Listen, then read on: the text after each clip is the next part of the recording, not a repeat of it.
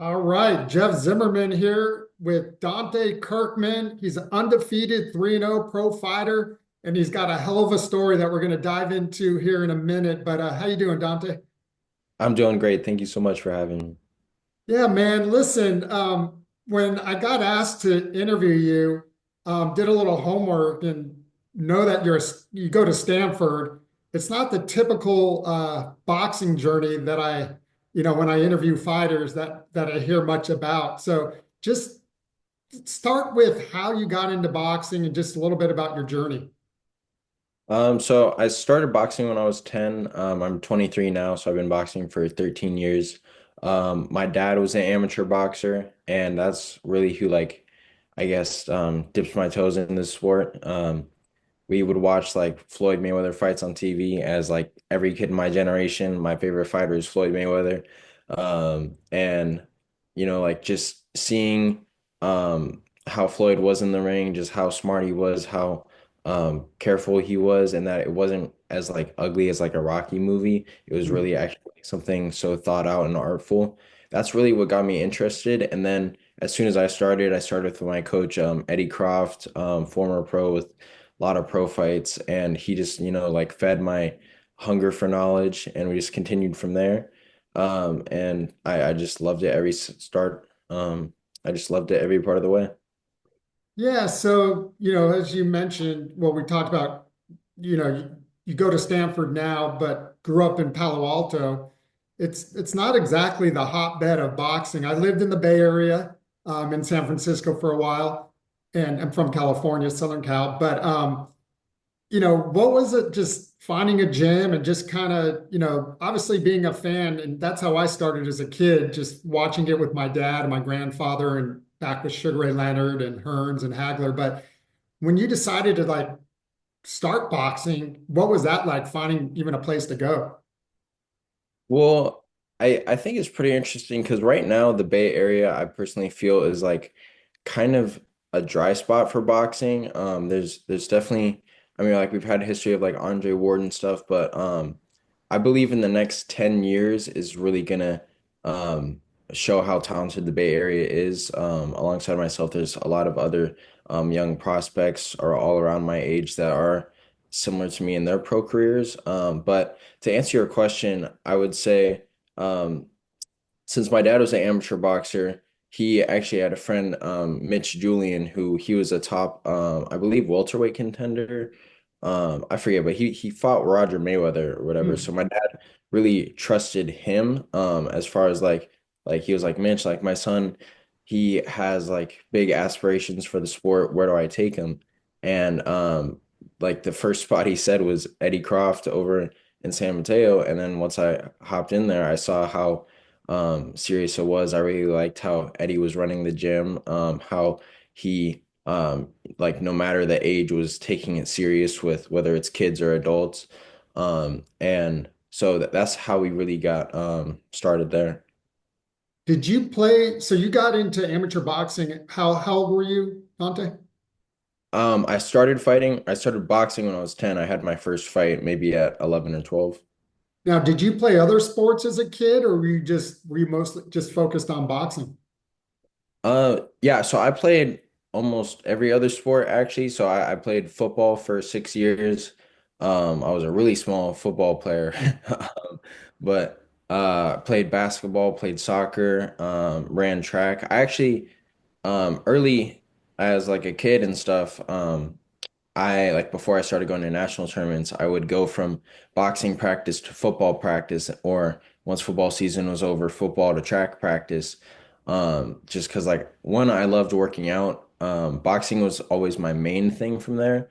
So then like when it came down to it, and like my mom was like, like I really think you should only focus on one and put like more energy and like into your academics too. That's when it was like clear. It was like buy football, buy basketball, buy everything else. Hmm. Let's just do boxing. And boxing was your first love, it sounds like. Yeah, yeah, 100%. What did your friends say growing up? The fact that you box, because I could see other friends maybe coming to the gym with you thinking, oh yeah, I'll give it a shot, and they get that first hit in the face and changes. Yeah. I think it's funny because like really nobody knows anything about boxing, especially in Silicon Valley. Like but my friends growing up, like they were always like they would kind of like brag about it to like other friends. They're like, "Oh, like don't mess with Dante. Like he's a boxer." But other people wouldn't really get it because like I'm not an intimidating looking guy, especially as a kid.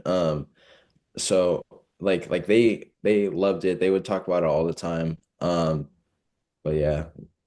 That's interesting. And then just talk about, so you're at Stanford. I mean, not to say that other boxers or fighters haven't gone to school, but you're at one of the top universities in the world. So obviously academics were important to you and your family. Just, talk about that a little bit, going to Stanford and, and just kind of balancing between academics and boxing. Yeah, so like you said, academics was really important to my family. My mom, she went to Harvard for undergrad and Stanford for law school.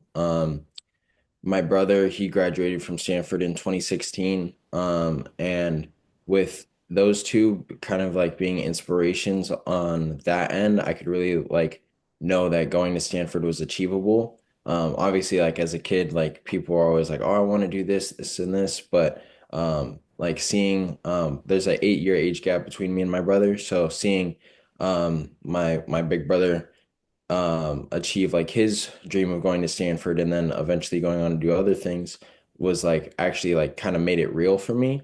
Um, and so like Eddie actually too, he would always like kind of like preach that in the gym too. So it was like all around me, like my dad, my mom, my brother, Eddie would always be like, like make sure like you focus on education. Like even though like we always had the shared goal of like we want me to be the best pro that I can be.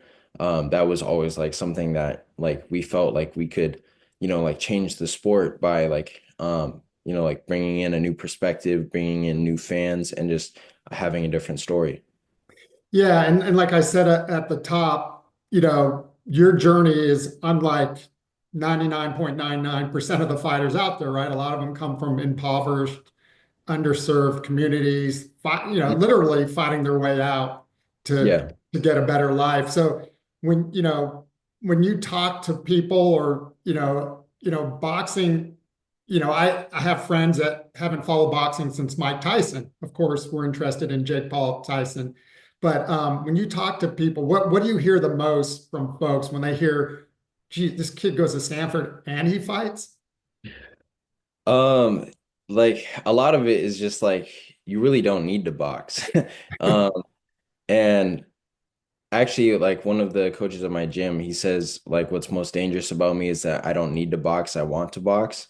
And yeah, so that's really just what it is. People are kind of at first they're maybe thrown off a little bit, like like well how good are you as like a fighter, like shouldn't you really just be going all in at Stanford, but um that's that's really it. And like it's pretty interesting actually just kind of living in two worlds, living in Stanford. A lot of people actually haven't even watched boxing before. Mhm. They know is like I said earlier, Rocky movies and stuff. But and then living in the boxing world where education is not really a thing people think about or even think they can accomplish. So honestly, living in both worlds is pretty cool, and hopefully, I just am able to, kind of unite them and show both sides like the benefits of both. Yeah, there's a meme or a cartoon out there that shows all these different walks of life in a boxing gym, from a police officer to maybe a gang member to, all these different people in the respect, and everyone gets along. Like if the world on the outside, you know, had that same kind of respect, it may be different. Do you see that misconception out there that, because I can tell you 99.9% of the people I've met in the fight game in boxing are great people, but Yeah. there's always that black eye element, a lot of times self-inflicted. Yeah. I mean, some of the stars in our sport have Unfortunately, it had some bad news in the public, but yeah, I definitely think that like there's a lot of misjudgments with boxing. It's like, I mean, really like actually talking with people at Stanford, like they don't even know how fights are scored. They don't know what's happening. So like for me, like my pro debut, actually I invited like a bunch of Stanford students and it was their first time.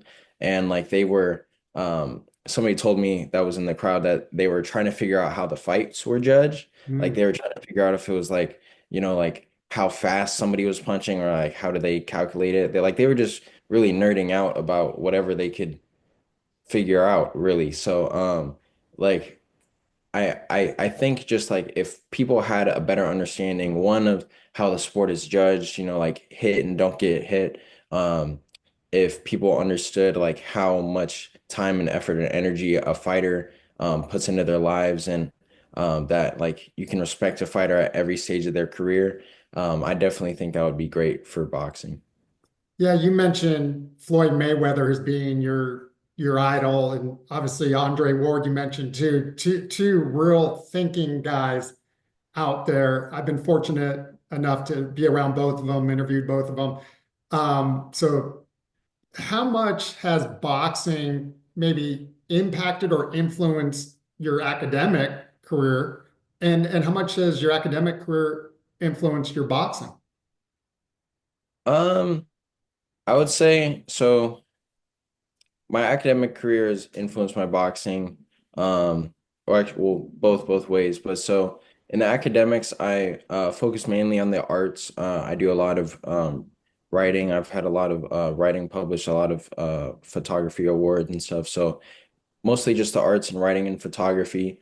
And so in my photography, I got to photograph for USA Boxing and Mayweather Promotions, and um, so for my boxing, that was very beneficial because I was able to, one, I was photographing at like when Gervonta Davis fought Mario Barrios and Rolando Romero, and like being on the canvas, seeing for the first time um, a big event like in like I think it was like one of them was the Atlanta Hawks Stadium with like 16,000 people, other the Barclays, where like these full stadiums and how the fighters like handled the pressure, like seeing how they operate like up close is way different than being on TV or being Sure.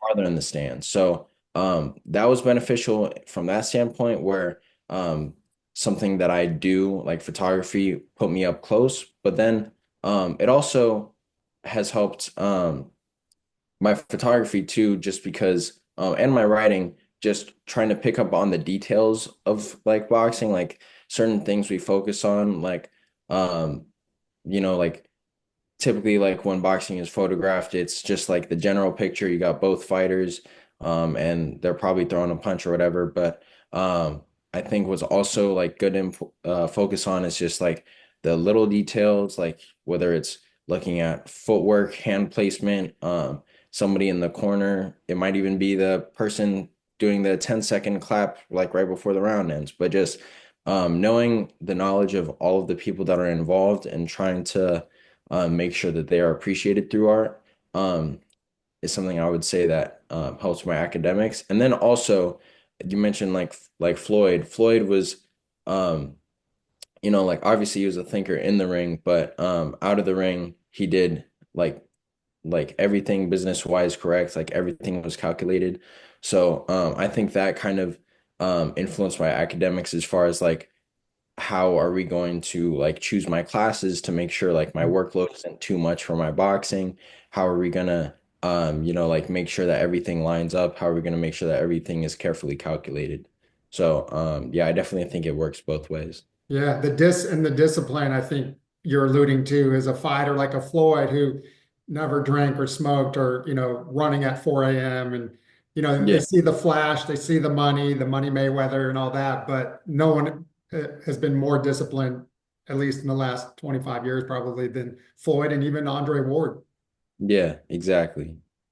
Yeah, that's fascinating. I mean, I think it's such a dichotomy and to see how you've been able to succeed. So let's talk about you a little bit. Well, first off, so are you with I think I read you do interning for Mayweather Promotions. That was in 2021. Okay, Yeah, and then since I've gotten deeper into school, kind of had to focus on that. So right. Did you get a chance to be around Floyd, pick his brain, share the ring, anything like that?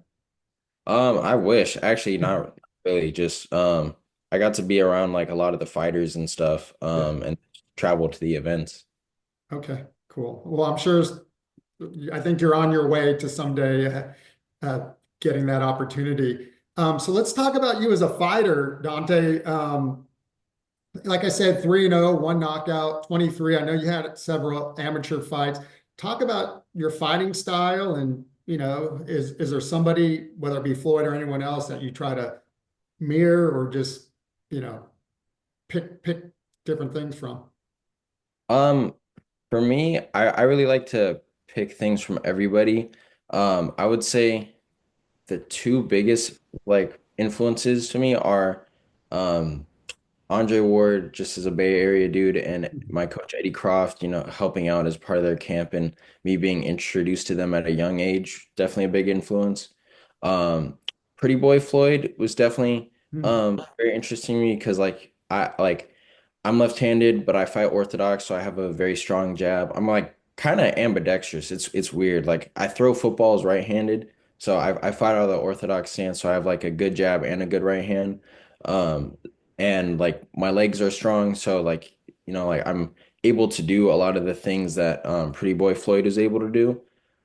So definitely those two, but I mean with both of them, especially Andre Ward, like they obviously bite stuff from as far back as like the 50s or 40s or whatever. So um a big influence actually was there's this video called Like Water, which was just a video of Andre Ward um like being like the Bruce Lee saying like you be like water, Mhm. and it showed him with all of these different clips, which was Andre Ward, using like the stiff arm like Larry Holmes, using the jab to the body like Floyd. It would just all of these different things from different fighters that kind of opened my eyes to, okay, well, I know that these guys watch like these guys from like the 80s. Well, let me watch these guys in the 80s. These guys in the 80s watch guys in the 60s. Let me watch the guys in the 60s. And that kind of just spirals. So definitely those two big influences. Yeah, I don't think there's any probably even fighters today that know Floyd is Pretty Boy Floyd. So to hear you say that, he was a different fighter back then for sure. Yeah. Speaking of Andre, being in the Bay Area, have you had a chance to meet Andre? I've met him a few times. We're not like close or anything, but Yeah. my like I got to watch him spar when I was like 14, and like he watched me spar probably when I was like 16. And like we go to Virgil's gym like a Mm. decent amount. My last training camp we were sparring Suleiman Sissoko, which is Virgil's French Olympian who I think he was just getting ready for a title eliminator against Mean Machine, but I think there was like a hand injury or something, so they had to cancel it. But yes, we go over there for sparring. But yeah, like Andre's just mostly just been like, just a role model just since that's somebody in the Bay Area who's done what I want to do.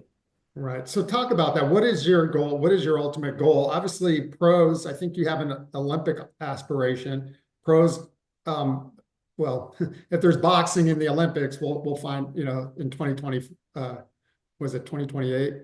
Um, if there's boxing, but what is your ultimate goal for in boxing? Yeah, so my Olympic goal actually closed because like once I turned pro. Um so I finished at the Olympic trials and in the semifinals, and so then after that turned pro. And that as like started my pro journey, like as we know. But my original goal when I was 10, and I don't really say it that often just because it might rub people the wrong way, but like my goal is to be the best ever, like Floyd. Well, actually surpass Floyd because I want to be the best ever. But that's always my goal, and it's all like I've always felt that like with unwavering faith. Um, I try not to say it in like a cocky way. It's just like Sure. it's just what I want to do, and I believe I Yeah. can do it.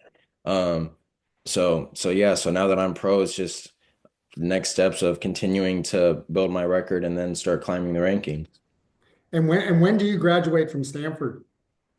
in the spring. So pretty soon. Yeah. Got So will you pursue a post Stanford career outside the ring in parallel with boxing, or will your career then become full time in boxing? my so me and my family have talked about it. It's just mainly being fully all in on boxing. Like I'll have my degree by then.